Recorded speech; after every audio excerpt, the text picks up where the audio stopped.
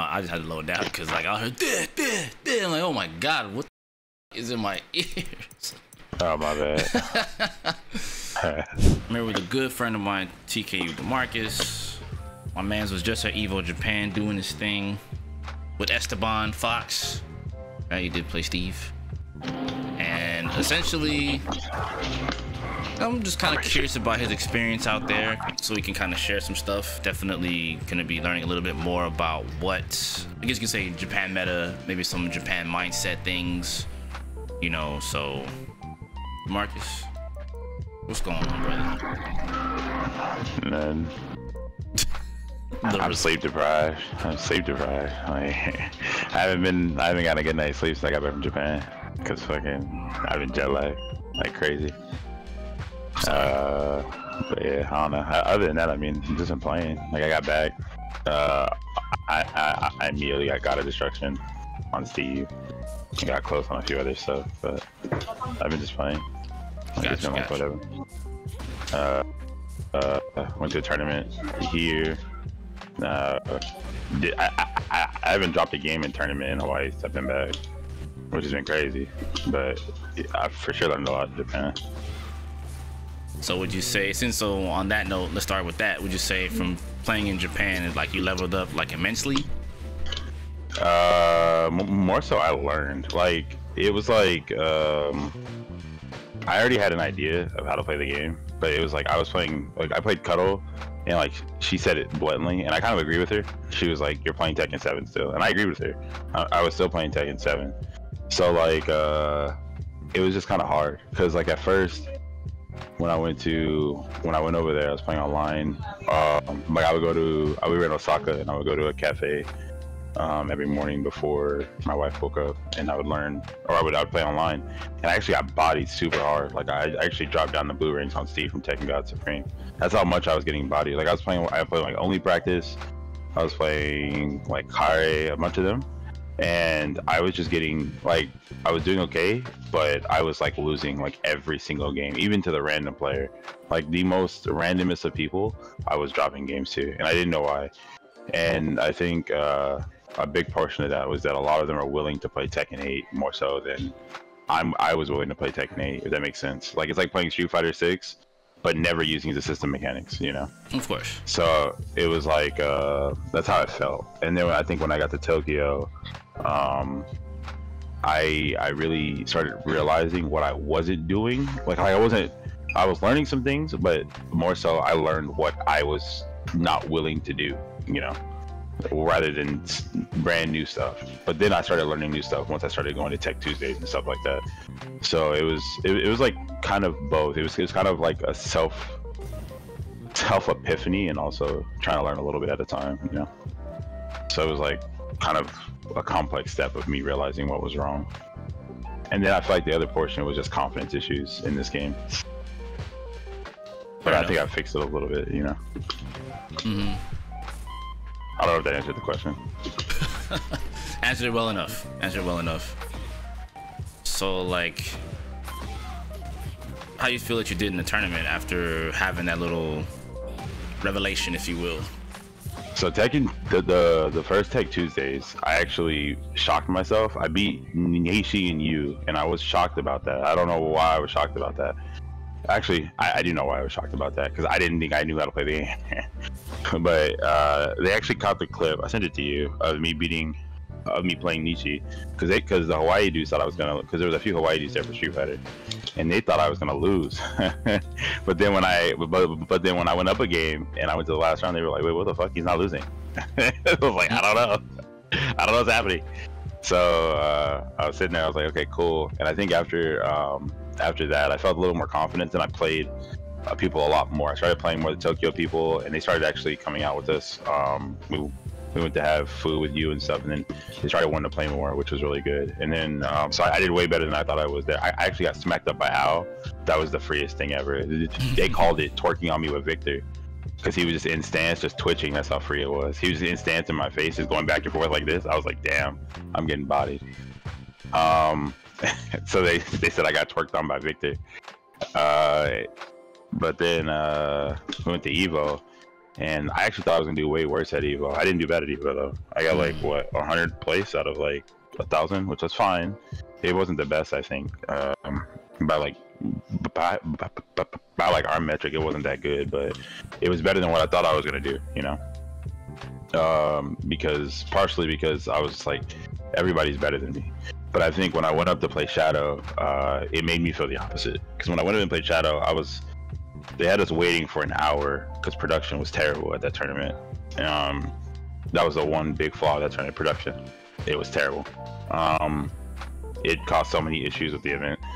But they had me and Shadow wait for like an hour to play our match to get out of pools. We were playing winners finals. And when I went to play him, we're waiting, and they're like, "Oh, you're gonna play on stage." Like, "No, you're not gonna play on stage." And they're like, "You're gonna play on stage."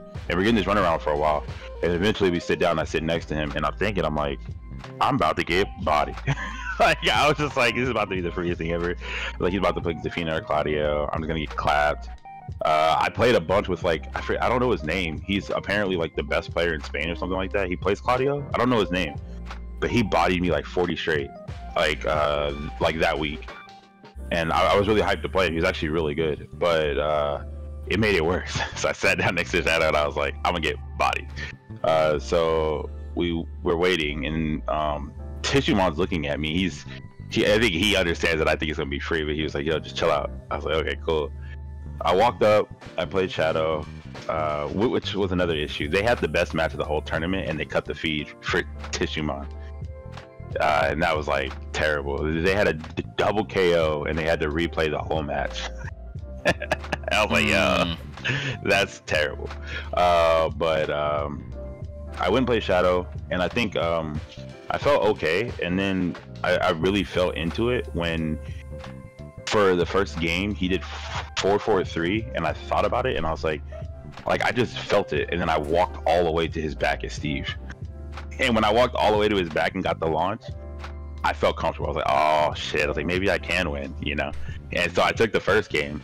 And in the second game, he did Zafina 4-4-3 on block. And I was about to win. He did 4-4-3 on block. He was already in heat. And when he did it, I thought to myself, I was like, oh, I know what to do. I've labbed this enough. I was like, oh, sidestep right, duck. If he does the mid, he gets launched. If he does the mid, he gets launched. If he does the low, he gets punished. It's game, right? There's nothing he can do here. Like, he has to wait.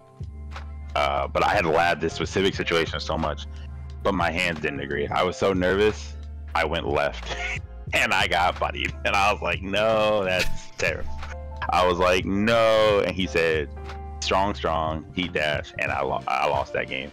And I think he understood that after that had happened, I was kind of mind fucked, because I was like, I could have won right then.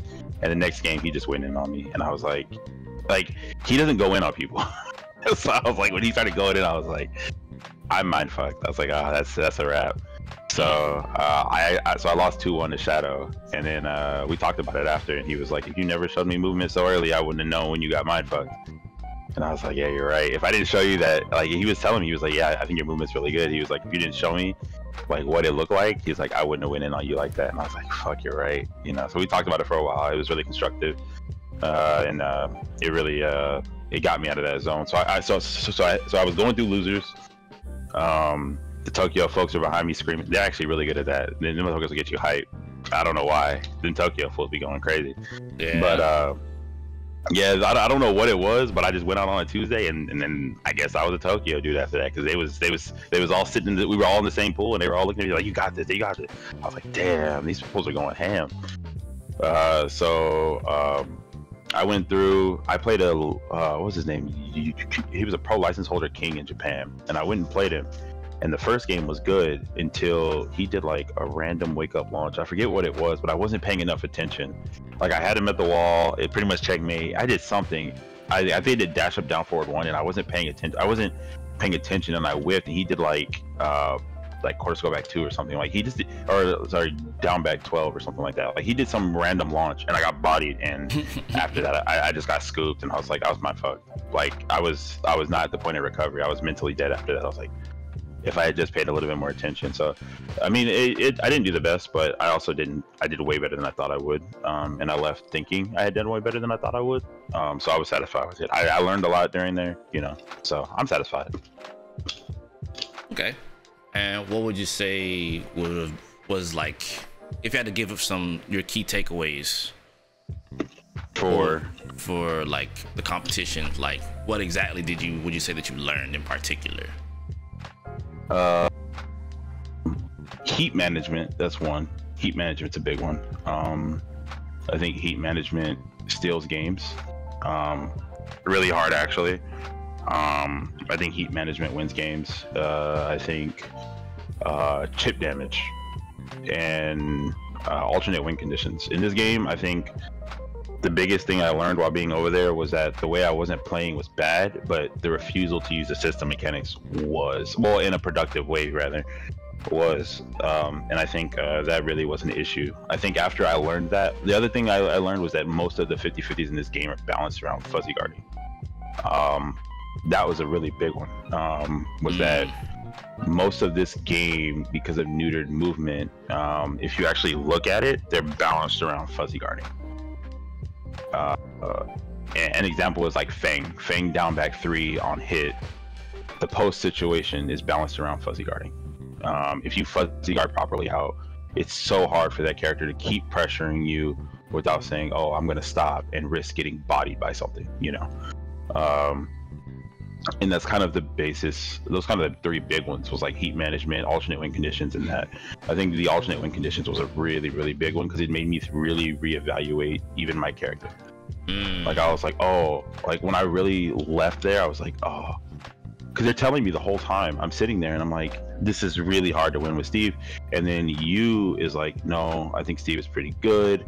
And you know, I'm playing like G and G-Ken and things like that. And I'm like, dude, this is really hard. But then when I started looking at, because in Tokyo, Reina is rampant. I don't know what is up with that character, but every single person was playing Reina. Everybody in Tokyo plays Reina. It's not one person, it's not 2 people, it's the whole city. Like Pena was like, fuck it, I'm not playing Raven, I'm playing Reina too. And I was like, oh, that solidifies it. Everybody in Tokyo plays Reina. So but when they really showed up and started playing Reina, how everybody plays Reina is miles apart. Like none of them play the character the same. And I think that's a testament to how much options that character has. But I think personally, I think it's a testament to how well not only did they make that character, but they made this game.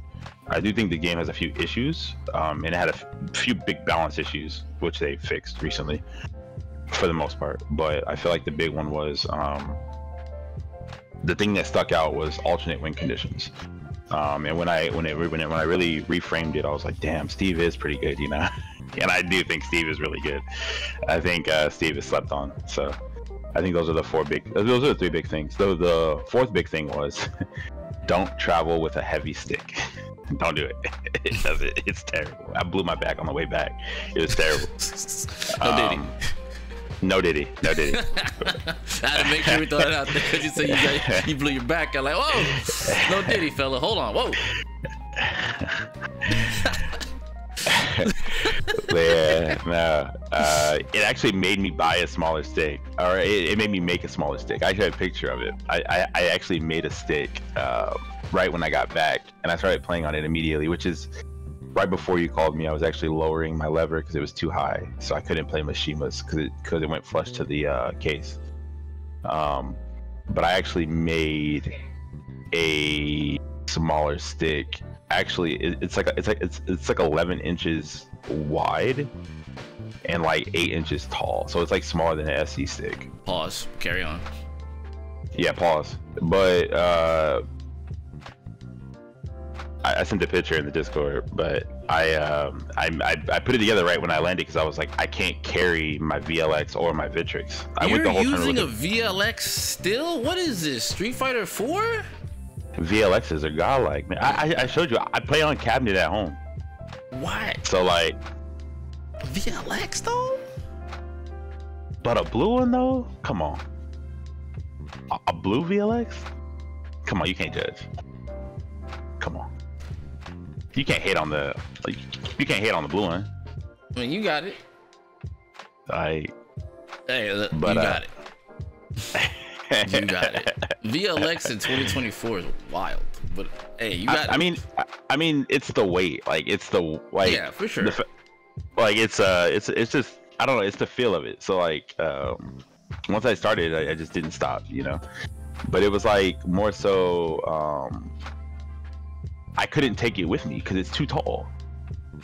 And the you're basically carrying around a mini table. You know what I'm saying? That's well, like, I mean, no wonder you freaking. I can carry it, but the problem is it's in the bag. It's like what, 22 inches long, but in the bag it's like 25, right? So if you put it in the bag, it's like 25. But the problem is the airline restriction. It's Japan. It's like 22 to 23 inches max. So like I wasn't bringing them on the plane. So I brought a VLA. I mean, sorry. So I brought the Chun-Li stick, the Vitric stick.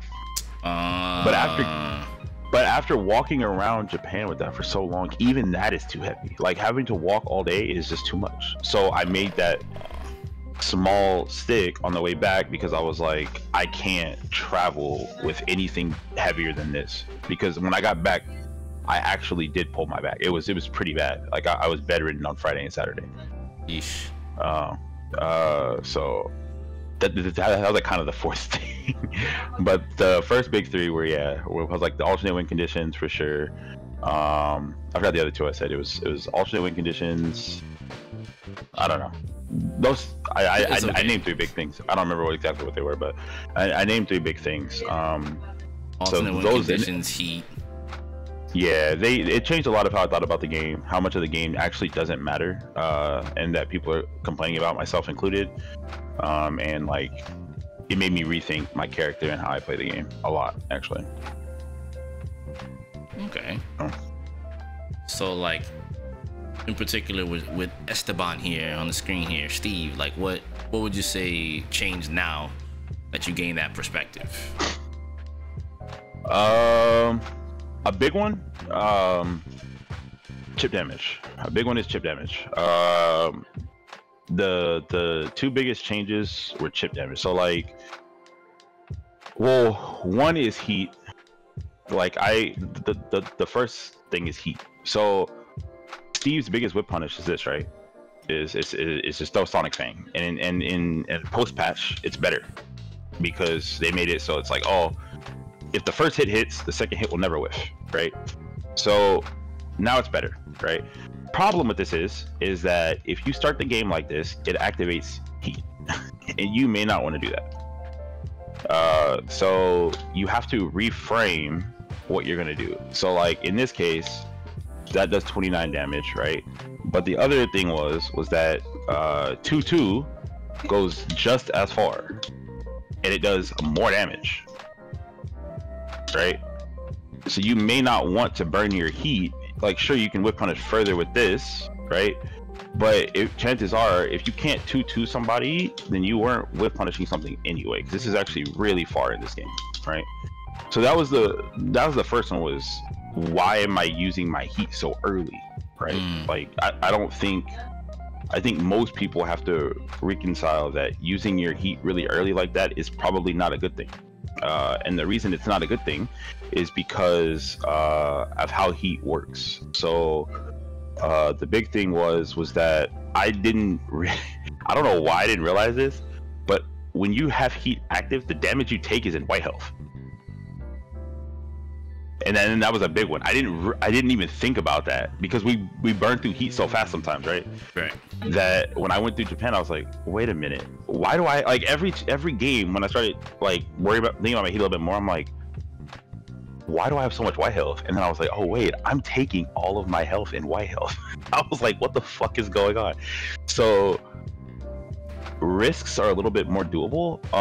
But the other thing was like, when you burn heat so early, you don't have a way to force closing out the game. So like in the case of, I think I was speaking to you yesterday about this, was if you have a situation where you get a clean hit, you can stretch that 8 times to win the game just by having heat and not wasting it so early. Which made me think differently of high power crushes that go into heat. Because it's like, if you get a hit and you're like, hey, I'm gonna do a basic combo and I activate heat, right?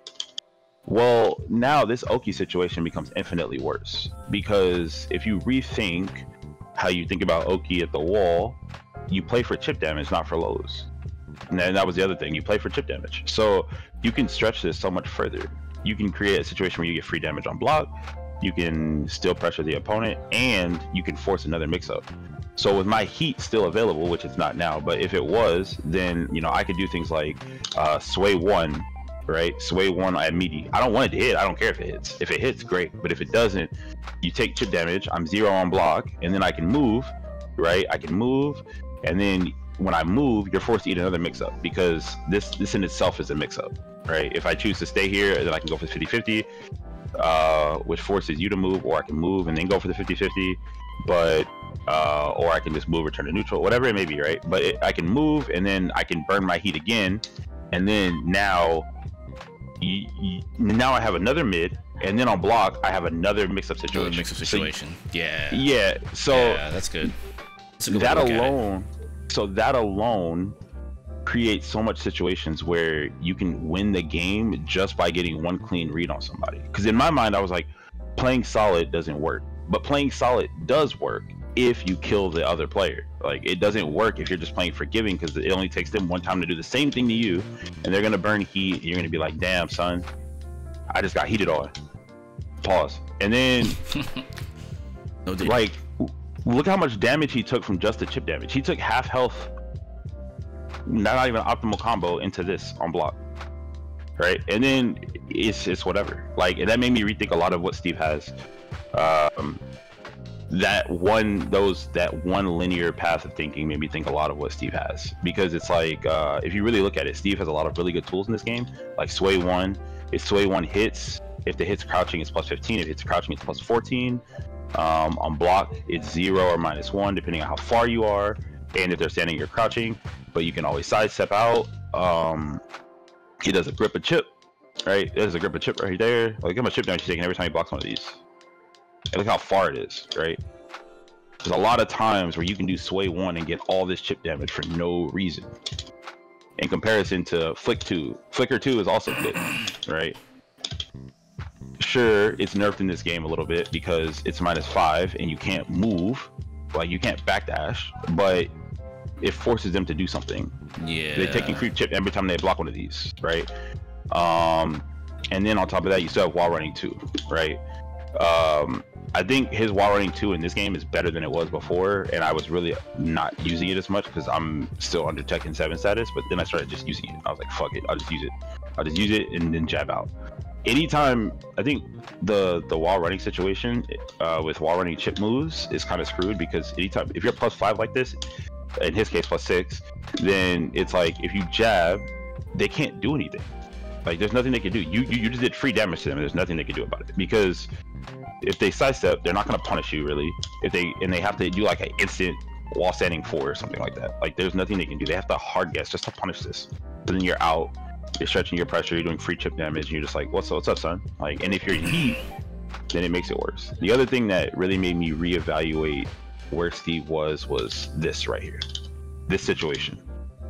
So with heat active, this is almost a free string. They can sidestep left, the flicker jab in this game, they can sidestep left. They can also duck, but they have to worry about the myriad of stuff for you to keep chipping them out. So you can do this to stop, make it harder. You can crouch cancel to stop their sidestep.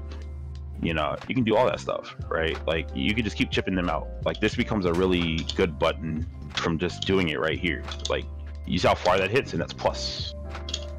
Every time you do it, it's +3 if you go on the flicker, +2 if you go on the peekaboo, right? So you can just keep doing it. You can just keep checking them over and over and over and over and over, and there's nothing the other person can do about it. I mean, there is something you can do about it, but it's like, you can just be really annoying. I mean, I don't think he's the best character, but I definitely think he was way better than what I thought he was. Like I would put him as like high tier because when I really thought about it, I was like, he doesn't lose any matchups because you can just play like this.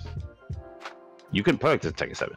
You didn't have any of these alternate win cons. The only win con you had was to keep doing this, right? Or pray to God you can get close and do this, right? That's the only time. That's the only thing you had. Like there was nothing you can do. So, and I think that's why Steve kind of fell off at the end. He was still good, but he just kind of fell down the tier list a little bit because you Tekken 7, that's all you had, right? So I think that really changed how I feel about Steve. I think Steve is really good. I thought he was really good before the patch. I think he's mostly the same after patch, if not a little bit worse. But I think the changes they made were like good quality of life changes. Like this being real now is really good. The high is really good too. Being changed, so it's like a 3-frame differential between the mid and the high, so you can get this more. I'm hitting people a lot with this now, and I've even gotten the combo a lot too. But the biggest thing was just this being able to frame trap out, because if I have health lead, I'm not going to throw the unblockable. I'm just not. I'm just going to go for the mid and get back out, right? So there's no point, unless I'm really feeling myself. But I think that's really good. But that's really it. I mean, they fixed a couple bugs with him, but they didn't fix the big ones, which I really hate.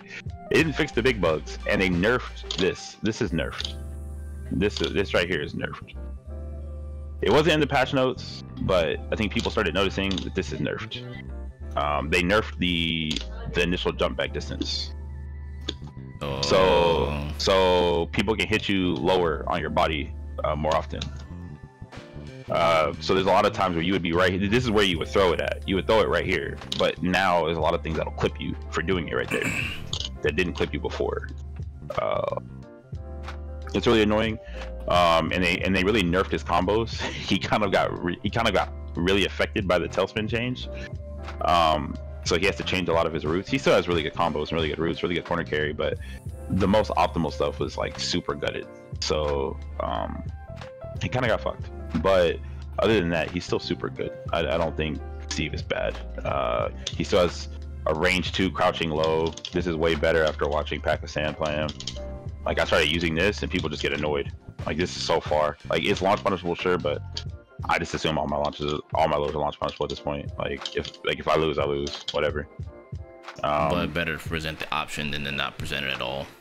Yeah, I mean, like you're at range 2 with a crouching low. Like you present this. There's no way they're reacting to it. If they're reacting to this, or if they think they are, then you just hit them with the okie doke. The okie doke.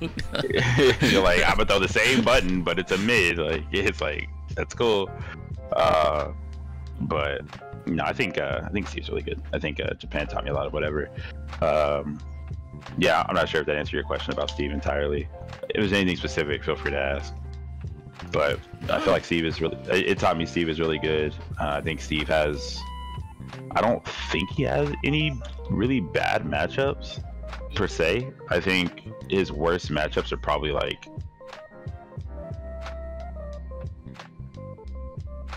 maybe Xiaoyu, but he even fights Xiaoyu well, so it's hard. I don't really think he has any bad matchups like once learning the game. I don't think he does. I think it's just the character's entirely dependent on if you suck. So he's player dependent, it's pilot dependent. Yeah, I think it's just if you suck, you suck. I mean, it's hard. Oh, I think Asuka's a hard matchup. I think Asuka's hard. Yeah, there we go. I forgot about Asuka. I think Asuka's still his worst matchup. Still to this day. Not even Feng Wei Dragunov? I don't give a fuck about Feng Dragunov. It's hard because he does really well against Dragunov. So like, I had a strategy about Dragunov, and then when I went to Tokyo, it worked really well. So my let's talk about it. My thought. Let's talk about it. So okay. Let's talk about it real quick. So drag only has but a few situations. You really have to learn, right? If your character can interact with these few situations, it's all that matters if you get bodied. Like if you get bodied, not the matchup. But it's like, especially now that they nerfed down back 3-4. Like before, if he got down back 3+4, it was like he won the game automatically almost. Like I'm gonna be real with you. It was like I was watching it was happening to everybody at Evo. Like if he hit down, if Drag hit down back 3+4, he won. Like that was just the win condition. That's the win con right there. It was like, yeah, this is as soon as he was able to finally hit it, you're like, oh, the game's over. Like it's a scoop. Like you didn't even have to think about it. Like it was like it didn't matter how down he was. It's just that good. That +7 on hit, just that. Well, +7 and what was it, like 28 damage for that low? That low was beefy. The problem was that, I mean, sure, it was quote unquote steppable, but you weren't stepping it unless you had some miracle happen. Like it was not. It tracked. It pretty much miracle step, dog. Yeah, it was like you had to like be off axis and then step. Weirdly, I don't know. It was finicky, but there's just no way that low, and it hit at like range 1. Like it was like, dude, what is this? like when you know the drag, it's dumb when JDCR is doing down pack 3+4 and then mixing it up with a slow mid quarter circle forward 3. Like it's bad when motherfuckers doing that. Like there's no way around it. Like it was so plus that when Dragunov hit it, he basically won the game. That's crazy to me, but that's the case though. But the strategy was, 1, don't get 3+4. Don't get down back 3+4. Right. Now that doesn't exist. Right. But I mean, it still matters, but not as much. But that was number 1. But 2, Drag has a really hard time playing neutral at range 1 with Steve's jab string. Really, really hard time. Specifically the jab string, not back 1. Not whatever, because the problem with doing back 1 is that it's harder to get counter hit by down 2, but the problem with doing back 1 is that if you're here and he does while running 2, you have to throw it in a timing where it's after he starts. If he while running 2s you at any delay or the button presses after, then the hitbox is going to reel back and your back 1's going to whiff and you're going to get clapped. And in this game, it's a lot worse than it was in 7 because flicker is nerfed, right? So you can't block for the first few frames during flicker. So it's a lot easier to get clapped for this whiffing like that. So like at Tekken 7, then unless you crouched, you would just block out most of the time. But in this game, it's not the case. So in this game, because of checks and balances, the jab string will do virtually the same thing, but if he does the while running 2 at any time, it'll always check it. Always. Because it's forward advancing on the jab string. Yeah, so it'll always check him every single time. So there's no way for him to mount while running 2 without thinking about this, because he's taking so much damage every time do you see how much damage you take for getting counter hit with this? Like it's not a little bit. So the only real counterplay Drag has is to either wait, like dead ass wait, or down 2 you. So then you can force him to do down 2s and either backdash Sonic Feng, or you can call it out and block it. Steve has one of the better down 2 punishes. So Steve, so down 2 is -12, yeah. But the thing about it is, most people's 12 frame punishes doesn't give anything crazy on hit. Steve's kind of does. Wait, -13. Sorry, -13. Well, in Steve's case, it's -12. Let me apologize, because Steve only has 12. But regardless, well, in most characters' case, it's -12, because I mean, sure, it's -13, but what is the character going to do with 13 for a lot of the casts outside of a few characters? I mean, right? I got a low grab as Assassina, so I mean. Yeah, you got a low grab. That's a little bit different, but realistically, though, taking 32 damage into this is actually really good as a punish. This is why people were playing at the beginning of Tekken 7, when people played Dragunov, Lee did really well because his crouching punish was so good, right, from down 2. But in Steve's case, he has this, right? So with this, having this as a real frame trap is real. This is really good, because if I force you to respect it, then pre-nerf, I could, cancel out. I could go into peekaboo and then either go for the 50-50, or I could just go for chip out, right? I could just go for a chip out, and then you just took like close to 40 damage for throwing a down 2 that is negative on hit to begin with. And it also doesn't help that Steve, when you do down 2 and put me in crouching, Steve still has a mid that has a check after, and he has a full crouch mix up, right? Like, you put me in a situation where I can go into peekaboo, and like I want to go into peekaboo. Like, right. So if you put me here, then I have the advantage. You're thinking about way more than I'm thinking about when you down 2 Steve. So I think in that case, in those 2 aspects alone, I think it's really easy. I mean, it's just as easy for the Steve player pre-nerf to get blown up, but it's really easy for the Steve player to also have an anti-drag strategy. The other thing was down forward 2. This down forward 2, in this game more so than Tekken 7, it dodges highs. So in Tekken 7 it did it, but for some reason in this game it registers more. Like, it's way harder to get counter hit by like electric. Like, you see a person electric, it can be a reliable strategy just to down forward 2 neutral. Because the electric, for some reason, the highs, this bodies highs. He's not crouching, but it bodies highs. So it claps highs, and in Drag's case, all his counter hit buttons are highs. So if he's trying to like say, I'm gonna jab and I'm gonna, you know, 1-2-1 you to poke in neutral or anything like that, down 2 takes away most of his tools. Straight up, it takes away most of his tools. And it's not like he has anything but down 2 to mix you up after, right? So it's a very low risk to down forward 2 in, because there's no real heavy mix up after they block it. They can down back 3+4 you, but they're risking getting clapped by duck 2. Which is the same. Okay. Which is the same case with Kazuya, right? Like, slow lows. If you block this, like I'm negative, sure, but then you get clapped by this, and you're just like, oh shit, you know. And that becomes the key thing, is that you don't end up getting clapped by the slower mix-ups, especially since it's really hard for people to just, you know, have that shit on deck frame 1. You know, so you can force how they act. See, ooh, that's fire. And then you take mad damage, all because you wanted to do that, right? Like, you just took mad damage. So it's like, it's just low risk, because if he down 2s here too, I don't get counter hit. It hits me on a regular hit. It hits duck. It doesn't hit the 2. Right, so it's okay. I see what you're saying. So you won't. It won't be like the stagger counter hit. It's just, oh, I got hit. Yeah. It's just, oh, I got hit, and now it's my turn again.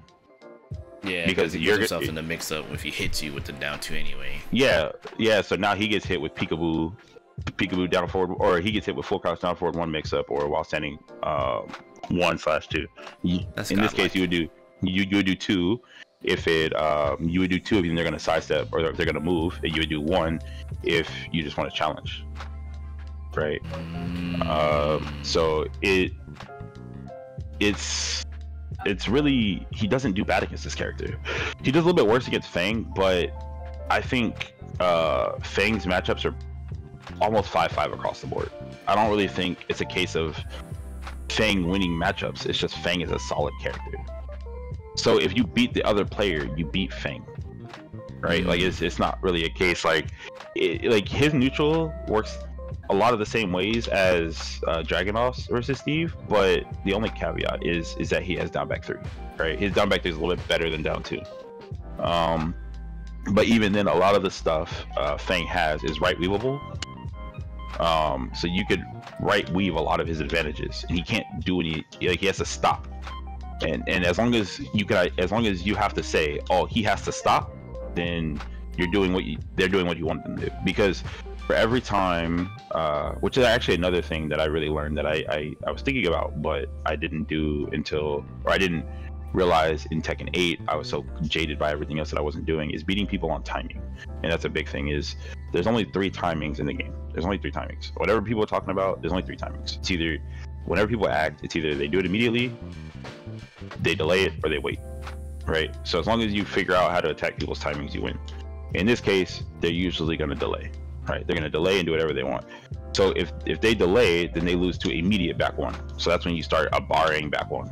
You're like, oh, time for you to get mad. And they're like, man, Steve back 1 so dumb. Stop delaying. Stop delaying. You just start pressing immediately. Either you press immediately or you wait, hard wait. It loses to both of those, but it beats delay. That's the big one. It beats delay. So as long as I can make you stop, then I can attempt to beat your delay, or I can attempt to beat your stop. Because in this case, I would if I wanted to beat your stop, I would do things like wall running 2, or I would do things like Albatross or whatever it may be to beat you stopping, you know.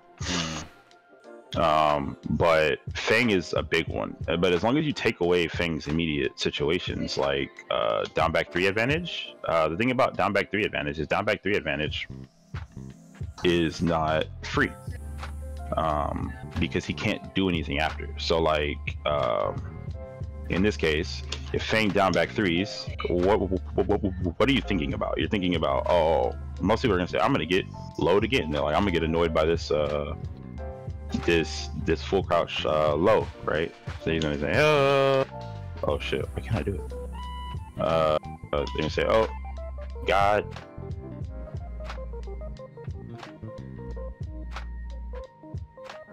yeah, they're gonna get annoyed by this, or they're gonna get annoyed by the full crouch, or they're gonna hit by wall standing 4, right? These are the 2 big ones, right? He can do like wall standing 2, but doesn't really hit you unless you press here, right? So, but if you fuzzy out, they have to find your timing.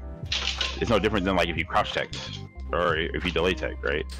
Like they have to find your timing. They have to find your timing because the low is slower. Not to mention, if you have a hard read, you can actually mash on the low. See? You can mash on it. But you wouldn't want to mash here because of the wall setting 2, right? So it's like another way you can go about it is like mash until whenever, but he has more options from the crouching position to catch you mashing than he does to catch you, you know, catch you trying to change your timing and delay block out, you know. It's like look, like this is the easiest thing ever. Like, look, see, it's the easiest thing ever. You would just fuzzy out, and that kind of becomes a common trend in a lot of these situations. The only extreme one is back 3.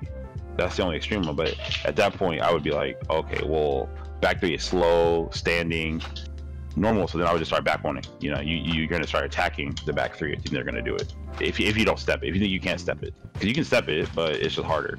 Right. So. You just start attacking. But for me personally, I prefer to just bar out, because if I get you scared of back 1, then I can, you know, start doing this.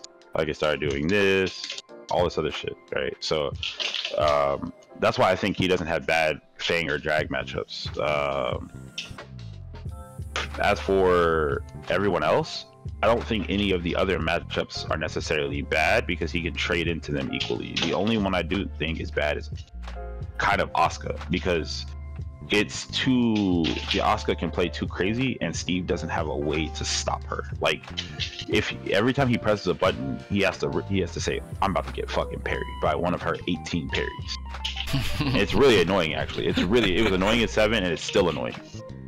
I think he can beat her on timing by delay, but I do think it's really annoying. I just think it's his worst matchup. I don't think it's bad, I just think it's his worst. Every other character is like whatever. I don't think he loses to any one of these characters personally. I don't think he loses to Lily. I don't think he loses to any of these. I think he does really well against drag. I think Steve versus Victor is kind of free once you know. I think initially it's hard, but once you know, I think Steve versus free is like actually in Steve's favor. I think Steve versus Bears is in Steve's favor. I think Steve versus... I mean, it's what you say until you get snuck by one. Until you get bodied by Sour Piggy. You're like, hey, Bears. Listen. That man Sour Piggy hits you with an unblockable and you're like, oh, shit. I done already got hit by them damn setups online, and Bear players be having a good old time. Hey, man, that's what they do. They party out. I think Xiaoyu can be an argument, but I just think he does okay against Xiaoyu. I think he actually stops Xiaoyu better than most characters. But yeah, I don't think he loses any matchups. I don't think there's a single matchup in the game where I look at it and I'm like, damn, Steve loses. It's just I suck. Like, that's all it is, you know. Fair enough. But I think it was a reframing of me in Japan, and seeing how many different ways there was to play a single character. There just is a lot of ways to play the character. Like playing Al, I had never. Al's Victor is so much different than everybody else's. It's crazy different. I dashed up. He hit confirmed back two. I'm pretty sure it's back two, right? Is back two? Is it back two? Back 2-2? Back 2-2. No, it's not back 2-2. What is it? It's the shit where he throws his sword at you. Like he doesn't take the sword out. He uses like the edge of the sword. It's a 2 hit. Up 1. Up 1? Oh yeah. He hit confirmed this. He was hit confirmed this initial. Like I was playing against him and he was sitting there. I was like, at first it threw me off that he did it, and then I'm sitting there. I'm like, he's just doing this. Like he's waiting and he just did this. I'm like, what the? And then I was like, I think they saw my thought process too. I'm sitting there, I'm like, let me dash into him. I dashed into him and blocked, and he never did the follow up. But as soon as I got hit, I was like, yo, okay, that's how we're doing it. But that's how he was playing the character. He was just back and forth. The only low he threw was this. He never threw another low. Like he would just do this. He never threw another low with the character ever. Most players were like, I'm a wall running to you. And he's like, nope, I'm gonna just do this and this. I was like, shit, okay, my bad, I'm sorry. And it's like, I was like, it is like that right now. So that is really hard to hit confirm, by the way. He was clapping me for it. I was like, this is kind of annoying. I can't cap. I tried like 4 times. The white people were laughing because they're thinking the same thing I'm thinking. I'm like, he hit confirm that? Like that was crazy. That's super hard to confirm. It's doable, but it's very hard. That's what he was doing though.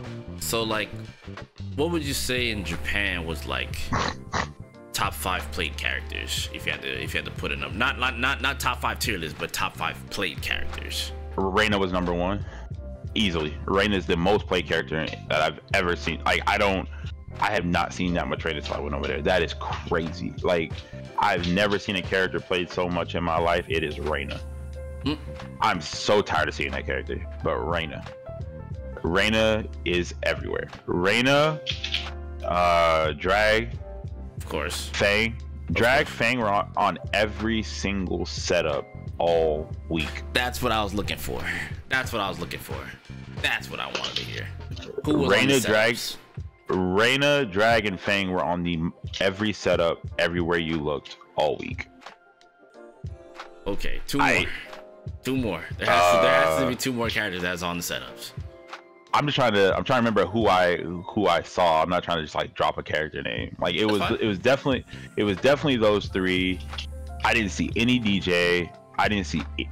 Oh, Azucena was number 4. Okay. Azucena was number 4. Azucena.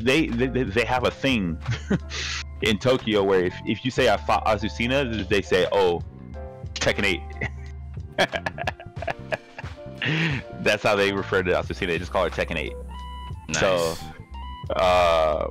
it was definitely those 4, and then for the 5th one, did I see any other characters as much?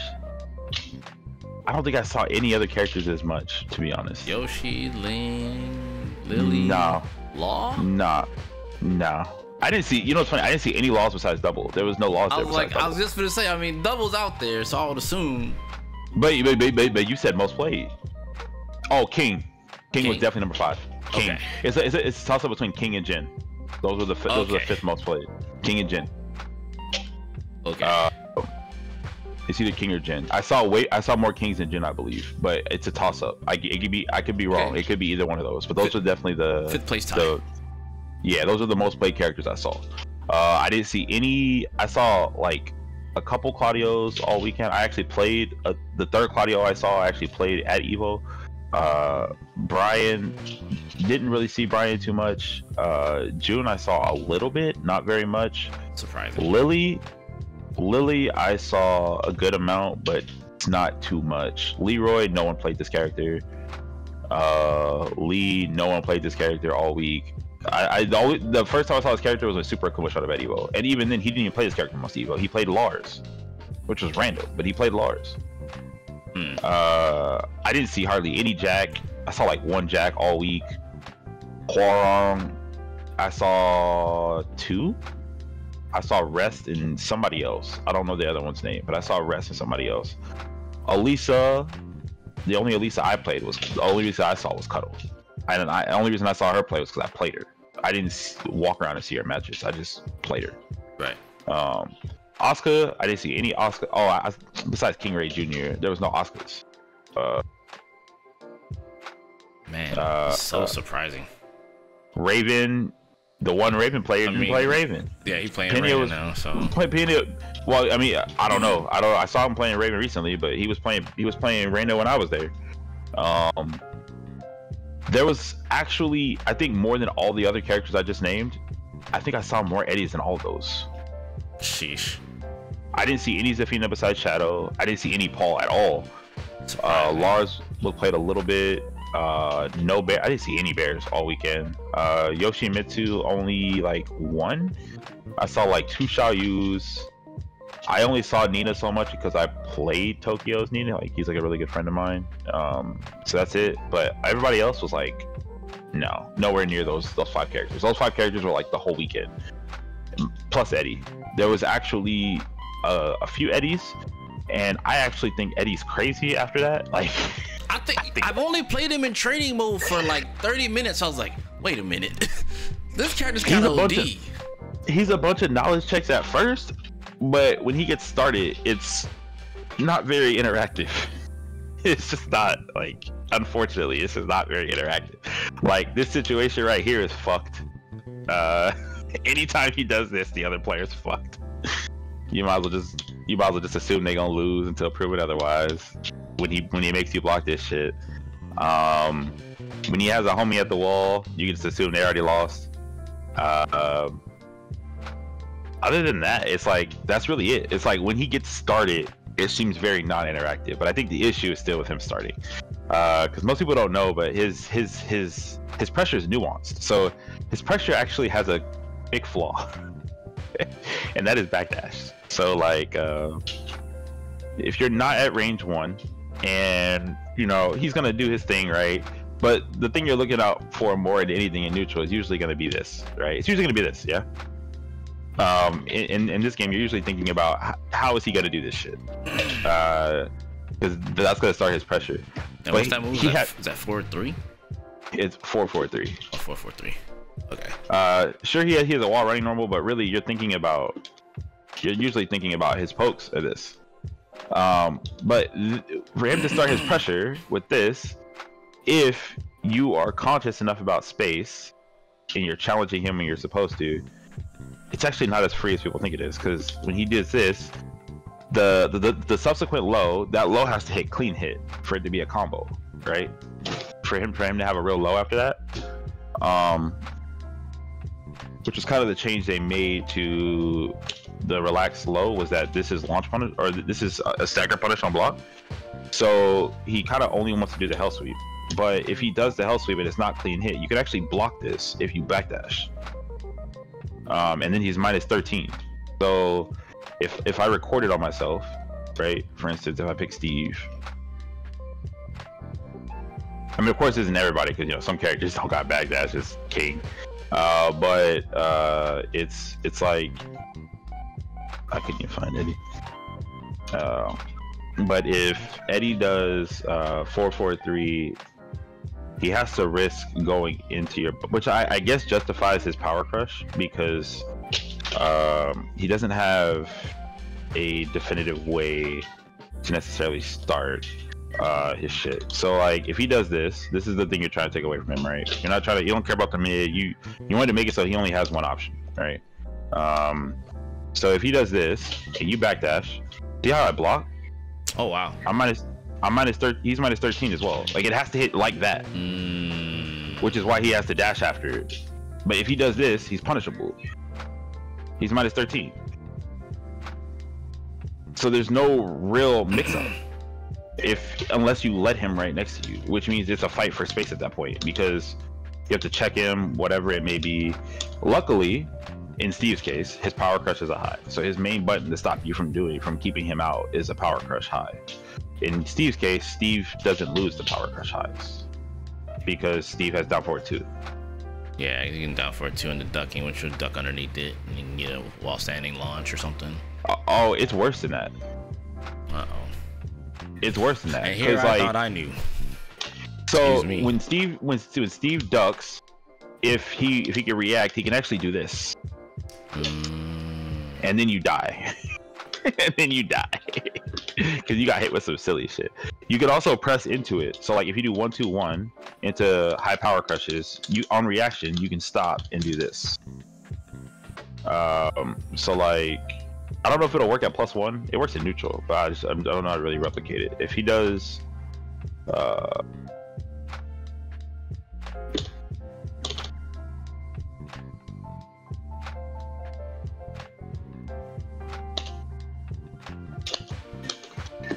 so like, see? Wow. Oh boy. And they die. Look how much health he lost. That's probably like, I don't know, Steve can't be all that bad. I need to get back in the lab and work on my punishes for those actually. That's so good. That's so actually. Never mind. I got an even better idea for Azucena. Woo! It's gonna be hard. Like though, it's with that. It's just how it is. Like he does really well against these high power crush launchers. He doesn't really lose to them at all. So it's just kind of, I don't know. It's just iffy. Like I think with them telling me how much. I think half of the perspective of why people think Steve is whack is because Steve doesn't have a way that's visibly telling of like every other character in this game has some kind of like blatant point of advantage, right? Like pre-nerf Azucena, it was while running 3-2 +5, you're taking damage and you're like, damn son, I have to do something or else I'm gonna lose to chip damage and then a random button, right? In Reina's case, it can also be chip damage or it could be lows, which is I guess why so many people play Reina differently, because she has so many options. Like playing like G and them, like I realize like they all, I mean it when I all say they play this character differently. Some player like a Mishima, some player like a Rekka character, some player like Julia, but like let's definitely talk about Japan and Reina real quick, because I think this is a good point of contention here. I do agree she's pretty variable, right? She has a lot of different ways that she can be played. I'm definitely curious. Yeah. It's really weird because the way it works is that sure she has lows. Her down back 2 is worse than Heihachi's, right? It's not as good as Heihachi's because it doesn't crouch. Shout out to my boy Joey Fettuccine. Be complaining about that, but carry on. Yeah, it's about the same range, but it just doesn't. Sure, it doesn't leave her crouching, which is I guess is better, but it doesn't go under. It doesn't crouch either.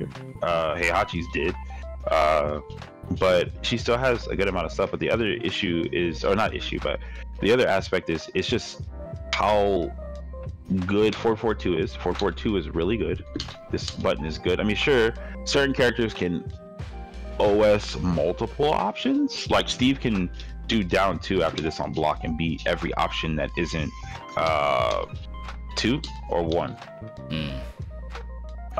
So like every single spin option he beats with down 2. If you do this or the 4, is it 4 or is it 3? Yeah, 4. If you do 4, then if you do down 2-1, it'll actually float her out. If down 2 beats every option, it just, so she's forced to do a mid, which means at that point you're out of whatever is going on. But it's like it's just the amount of ways that she has to do damage to you. So like in the case of people standing, you'll have the people that'll do health sweep. They'll do health sweep, right? You're like, okay, cool. Some people will choose to go in, some people don't. That's another thing I noticed. Some people will go in, some people will do health sweep, and they'll just like return to neutral, right? Or some people will do health sweep. Yeah, just take the damage and. Or some people will do health sweep and stretch it because she can. So like this is the 3+4 beats every option. Well, it beats every reasonable option. If you step block, it'll track you. If you stay there, you'll block it, but you take chip damage. Look, you're taking chip damage for all this. Yeah. What? Like, so whatever her health sweep is, you tax on the chip damage, and she did that much more damage, and you're like, dang, son, I just took 7 damage in chip damage. So that's like, it just adds up. The other thing was like for instance, if I play G-Ken is just like wait, punish you. But if I play G, he's poking you with this, and you're like, damn, son, this is annoying as fuck. Like, he's like spinning on you. I don't know how she does the backstep transition out of this. Oh, wait, from which one? 4-2? Yeah, I don't know how you hold down forward. Oh, you hold down forward? Yeah, just do 4-2 on its own, and then you do down forward. No, like he does this after. Yeah, you do forward 2 and you hold down forward. Oh, okay. Well, that's not working for me. I don't know. Hold on. Is it down back then? It's down back. Or up back. Okay. So he would poke with this, or he would check you and go into this. Yeah, the Unsoku cancels. Yeah, them things are mad good. But he abuses this because he's just chipping you out. Look at that. I said this was good so long ago. When I had a moment in time with Reina trying to figure stuff out, and once I found out she had the Unsoku cancels from forward 2, I was like, wait a minute, what? Yeah, he was abusing this a lot. And then like the one time you saw him hit somebody with forward 2 string, they took like mad damage. Like, it was like, wait, what? Like, I didn't know how much damage it did.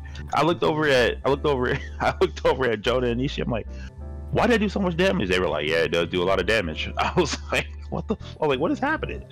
But he was doing like this. Like, look how much damage you took for like for a natural string. Yeah. Like, he's just like, hold my 13 frame high, son, and you're like, damn. And then if he wants to stop bowl, you're like, oh my god. Oh my god. It's strong. Like there was one point he hit like something stupid. It was like he did this, and then he hit like spin into another string. I don't know all her strings outside of her vanilla tools, but it was like he hit some silly stuff. And by the time that he got hit with 1, 4, 2, 3, he lost like half his health. And I was like, excuse me? But then you got some Reinas will just be like, I'm gonna play a Mishima. I'm gonna do this, and like they all play mad different. Some people play Heihachi, some people playing Kazuya, some people, I don't know. This character is just, some people will just be like, I'm just gonna 4-4-2 you to death. And you're like, dang, dog. That sucks because guess what? Your health sheet goes just as far. I just thought about that. That essentially is like Julia.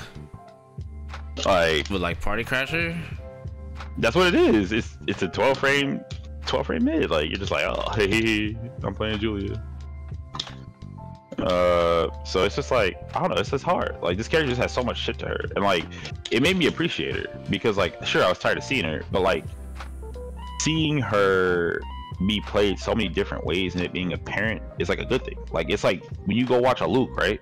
You only see solid Luke and then you see Noah, and you're like, that's the only paradigms that exist. Like, that's all you got.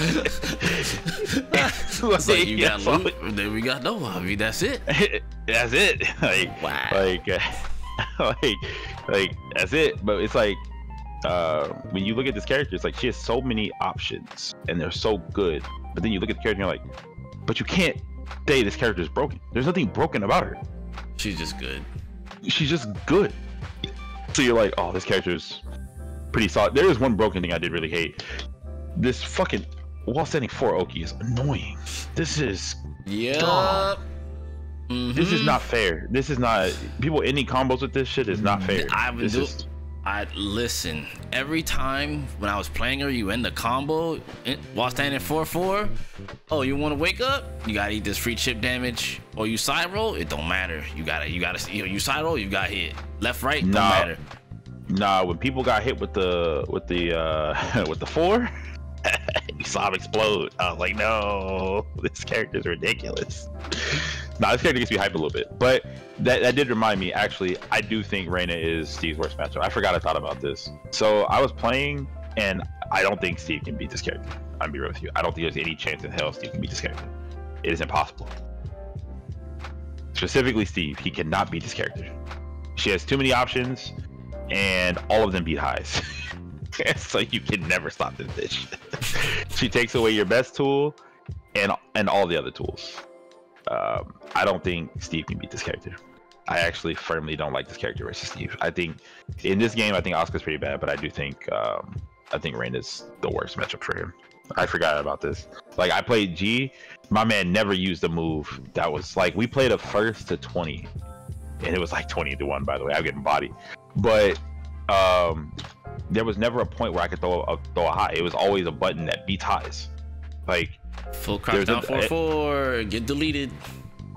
Not even. It's not even this. Not like 4. 3 is pretty good too. Yeah, that one. Oh, it wasn't even this move though. He was using everything else. Like, he was using like this. He was using this stance. Like, there was nothing I could do to stop her from moving. Like, the only thing I do is throw down forward 2, right? But she actually has a good 50-50 after down forward 2. Because if I down forward 2 you, then you can just do this. It's a 50-50. And I take mad damage. Like, I took 22 damage. Like, sure, you can get launch punished, but it's like, now I have to think about this. And then by the time I'm sitting there, you're like, well, I'm just gonna do this. And you're like, oh my god. You're like, I'm annoyed. Reina has lows, what you're telling me? Hell yeah, Reina got lows. She got chip damage, that's a low. She got real lows. Look at her hell sweep range. What is that? Look at that. I'm nowhere near you.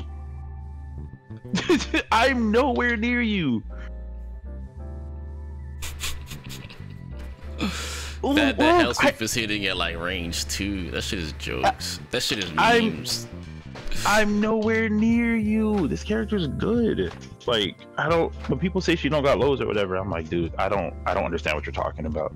Cause like, you have that, you also have chip damage, you also have mad good wall damage, you have hella wall Oki.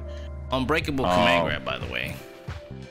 The command grab, I'm not really worried about, like, because the command grab, it's like, you don't take as much thing unless she's like in heat and you're at the wall. Like, she has to like, it has to be like this. I mean, sure, it's good. I think it's good, don't get me wrong, but I'm not really worried about that as much as I am just like, by the time you do that, she can just chip you out doing this. Like, fuck the grab. She can just keep doing this. Like, she can keep throwing strings into like chip damage. Like, if she's in heat, you're like, oh, look at my string, and then you're like, I'm flexing on you because you can't throw a mid. you can't throw a higher in mid because she'll parry you, which a lot of people were abusing. The fact that she parries you automatically, you're like, damn, I have to do something. And by the time you're like, hey, I'm gonna do some cute shit, oh, you're like, damn, son. You're like, this is a good character. It's a recipe for a good character, dog. This is a great character, dog. It's like, you just can't. Like, it's like, right now, I think the only other game equivalent is like when people play Strive and they play the motherfucker that casts spells. Whenever they're playing Asuka, like, that character has so many options. He can't be bad. It's impossible. It's impossible. So, I don't know. It's just, I don't know. At least we know. At least you went out there and experienced it. Me, I'm living vicariously through you, brother. You know, I'm trying to understand. Oh, I confirmed it for myself last night too. I watched. They had their first TWT tournament in Tokyo last night. I don't know if you saw the stream. It was streamed last night. Every other match, Reina. I was like, I might have to go watch the archives just for a quick laugh. They love that. They love this character, man. And there's nothing wrong with that. She's a cool character. They just love this character. She just played. I mean, I don't know what to say. I think that's really all I got to say about Reina. I mean, everything else has just been, I think the only big issues, I think there was actually a lot of complaining going around. The whole, especially the Tech Tuesday beforehand, or specifically the Tech Tuesday after, there was a lot of complaining, and I'm not gonna say anybody's name. You're good. But some people got tired of it. like a certain Asusino player that's on the East Coast that has blonde hair. Yeah, we're just gonna describe him. My man was complaining the whole time about how Asusino did not have any counter hit buttons, how it's so hard to win, blah blah blah blah blah blah blah blah, and no one was trying to hear that shit. I'm just saying, it's mad good.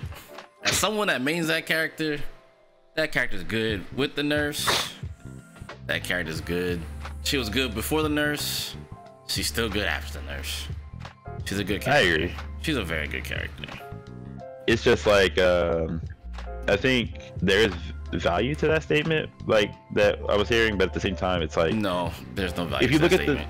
There's no value. There is, because she doesn't have counter hit buttons. I agree. She doesn't have counter hit buttons. She doesn't have counter hit buttons. So her power crush high is warranted, but there's like a bunch of other stuff that doesn't warrant it at the same time. I think she's good. I think she's just good overall, a good character for the game.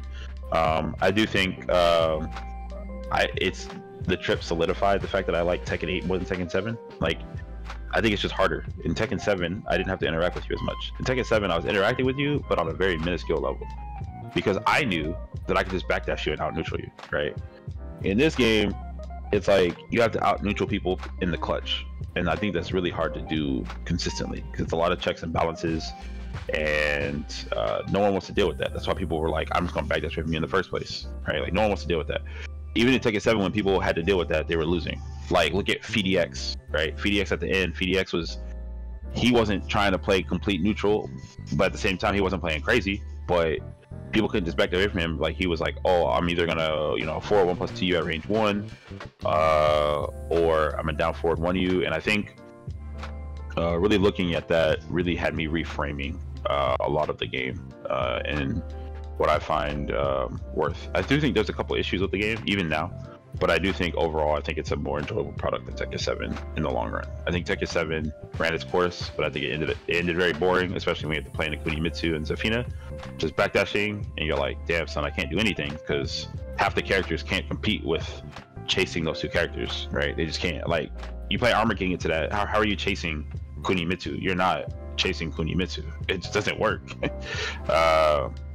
I think homing crabs are not I think they're good. I don't think they're a bad thing. I don't think they're amazing either, but I don't think they're a bad thing.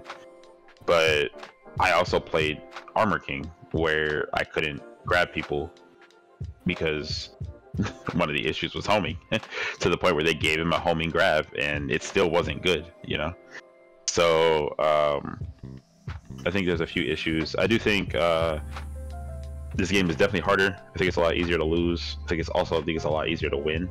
But at the same time, I think that goes both ways. I think it's very easy to be the better player, as much as I do think it's very easy to be the worst player. I think it's very easy to get snuck. I think this is I think outside of a couple aspects, this game is actually very good. But it took my trip to Japan to see that. And I think playing with the Japan people definitely helped that, because I think if I was playing with any other crowd, it'd probably be different. The Japan players don't complain, or at least the Tokyo people don't. The Tokyo people I was playing with that week did not complain. They don't complain. They were sitting there, they were like, let's figure it out.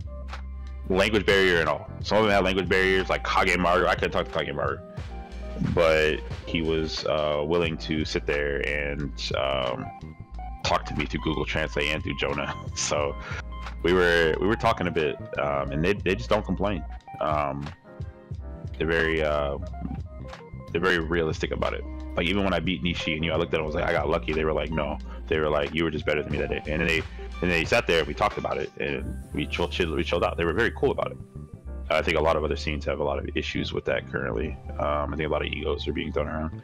Like I said, I do think the game has a couple problems, but I think the biggest issue was balance. And I think the most recent patch kind of fixed a lot of that.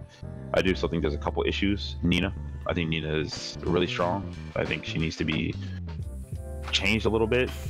Predominantly full crouch, power crush. That needs to be thought about a little bit more.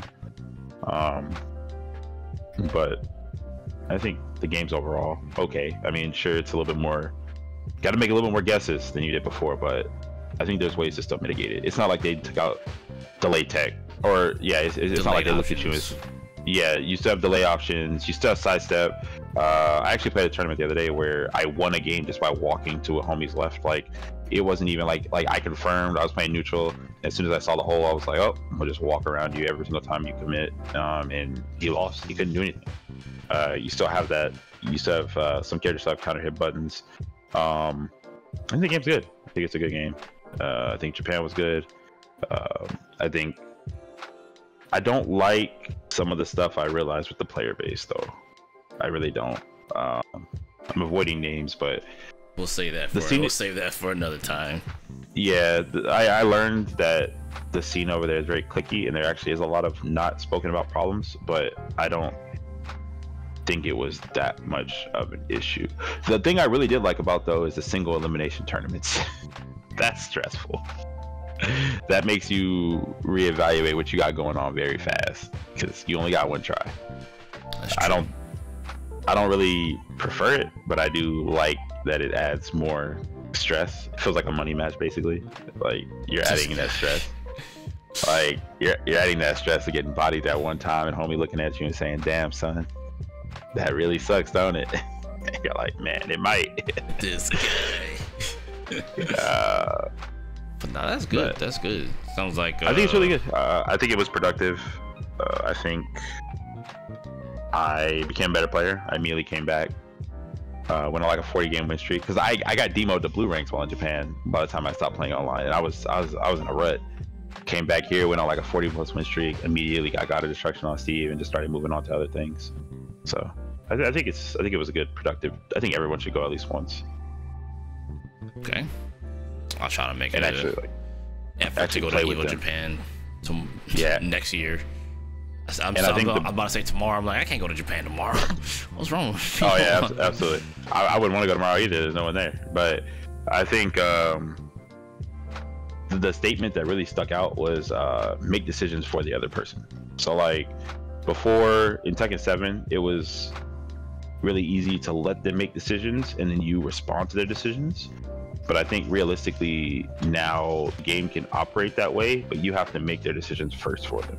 You have to make their decision. If they don't want to make decisions, if the player who doesn't want to make decisions in this game will be the player to lose. In Tekken 7, you can be the player who didn't want to make a committed decision and still win. In this game, you have to. Passivity is not a concept. It's like make the decision for the other person. If you see the other person standing still, tee off. Tee off. Don't think about risk reward. Just start teeing off. Right. Make it for them. It's a lot easier in this game to make the decision for them. By the time you wait and let them make a decision, they're gonna you're gonna be fighting Eddie, and he's gonna be in handstand and press 1, and then now you're basically you're pretty much guessing, you know. Right. And I think some people are having issues with that, but you gotta make the decision for that man. You gotta make it for him. You gotta do it. And you gotta commit to it. That's just how this game is. It's a more offensive game for a reason. Like think like 6, right? 6 people. Now we've entered the phase where they want you to make active decisions. They don't want you to sit there and play passive. They don't want you to sit there and do whatever. They want the game to basically be like, yo, we want you to respond. Like we want the good player to be dictated by how well they respond to this green dash versus, you know, the person who is just going crazy with the green dash, you know. That's what separates the good players. It's hard, don't get me wrong, but everybody can EXDP a green dash at the right range, right? So it's the same thing in this game. Everyone can do whatever, it's just a little bit harder. Everyone can jab check, everyone can backdash, everyone can sidestep. Is it as good? No, but everyone can still do it, and I think that's a big thing. It's just, which leads to the last one I really learned was kill confirming. Everybody has to confirm killing. No one's doing it, and I like, you see it all the time. People not confirming their kills. It's like, play to a range. If I know I can kill you at 60, I'm not doing anything risk worthy besides trying to confirm a hit and kill you at 60. I think I learned that from Jonah, and I learned that from playing you. Like, it was every time they got you in kill range, they were like, I'm gonna look for only that one solid hit, and then that one solid hit, they're sitting there playing around it. You see it a lot. You'll see it just start happening. Like in Steve's case, it'll be back 1.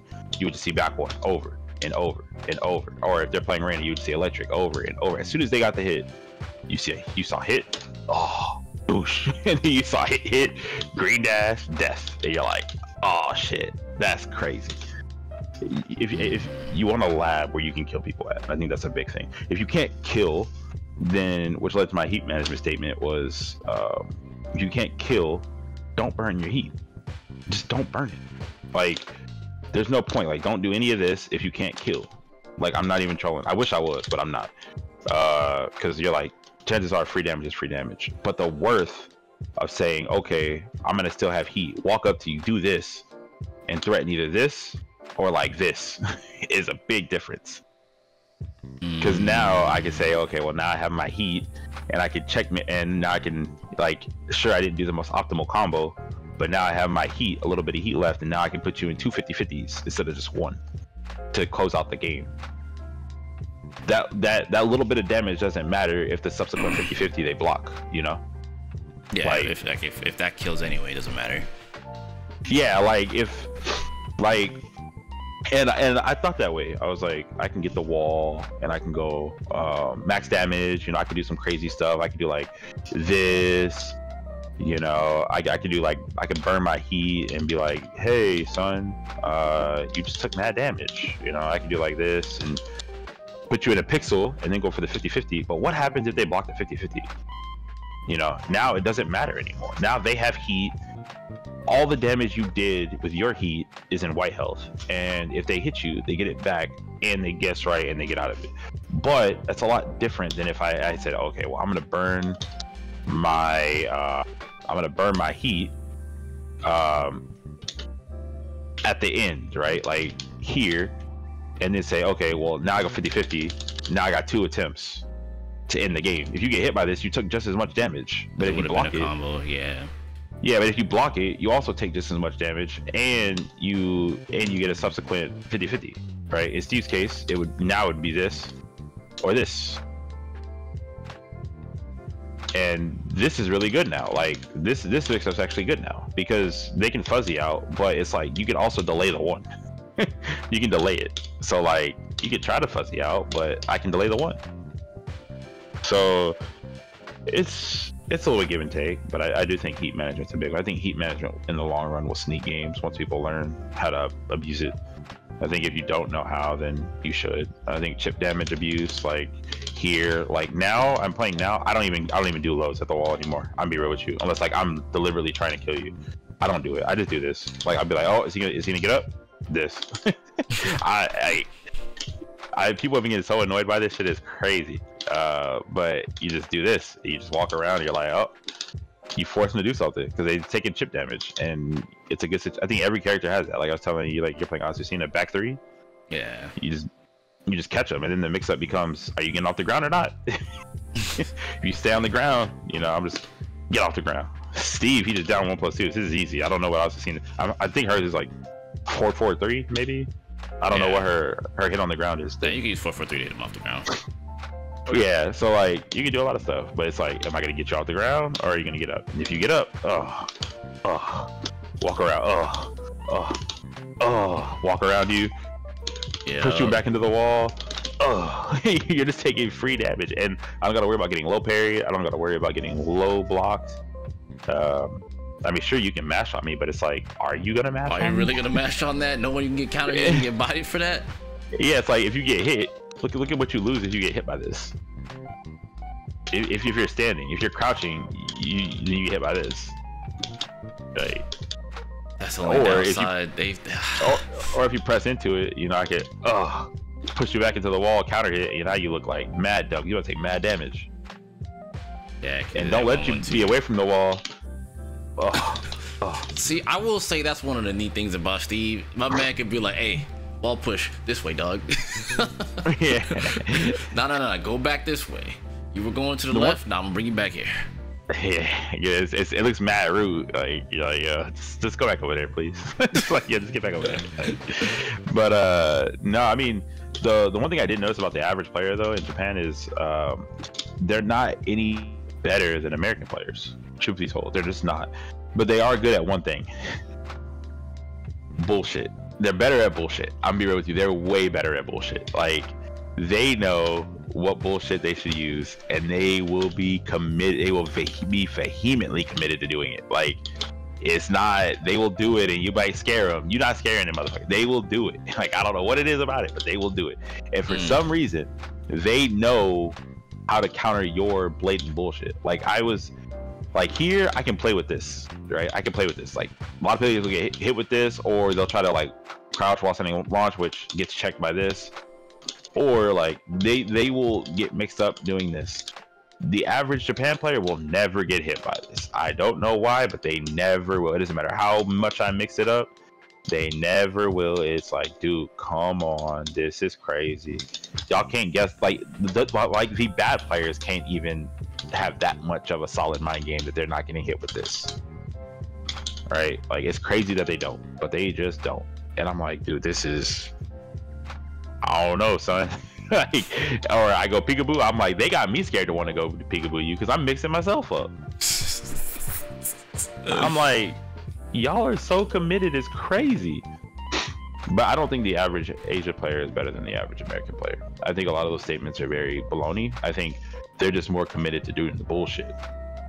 But I do think it is a lot harder over there, simply because people are so committed to their BS, you know?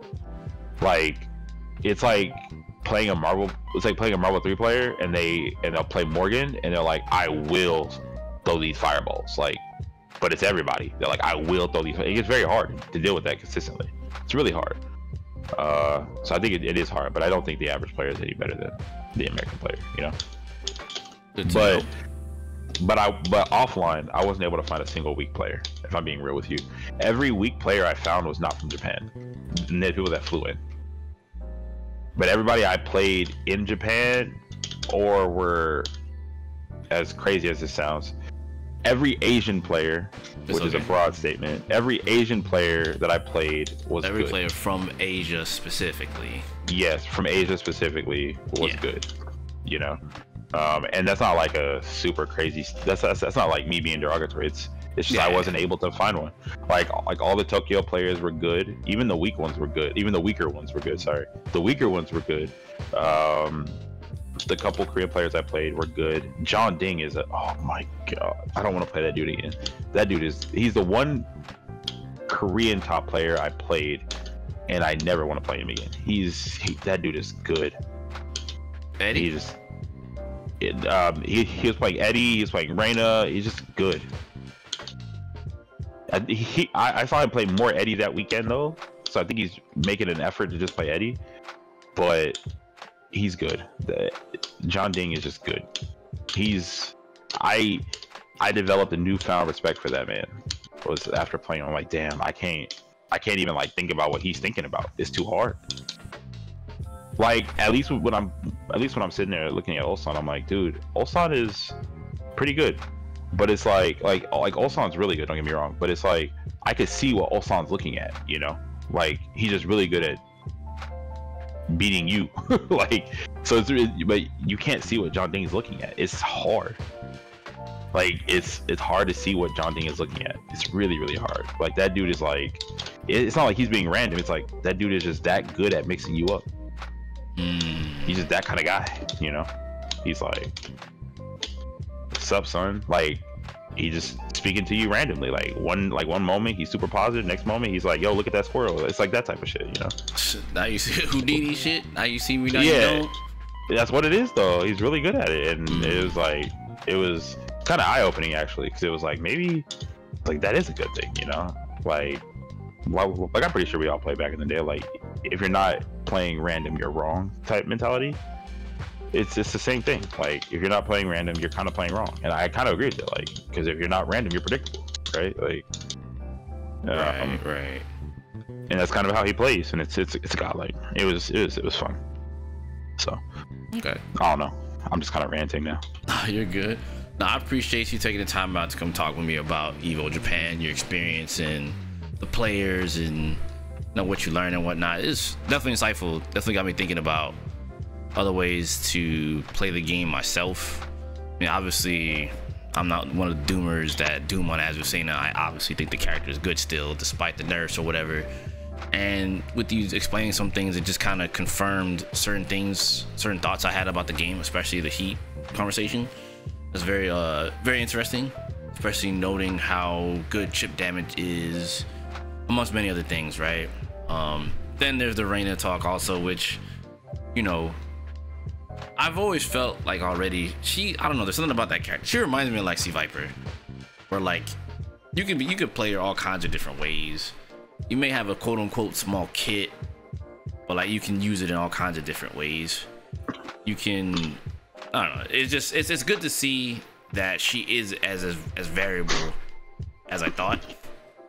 Because I was a little concerned about maybe this character's for more aggressive players, because, you know, she is a Tekken 8 character. So I kind of figured that maybe the offensive side of things favored her a little bit more. But just now hearing that, oh, she can be played pretty much however you want, says a lot. Definitely shows that she's a well-made character. So, but yeah, that's good. Nah, I appreciate the time, big dog. Don't let me hold you here. I definitely appreciate it. I learned a lot. This is definitely a good talk. All right, big dog. Appreciate your time once again. Don't let me hold you. Thank you for your time. Thank you for your time. Yes, sir.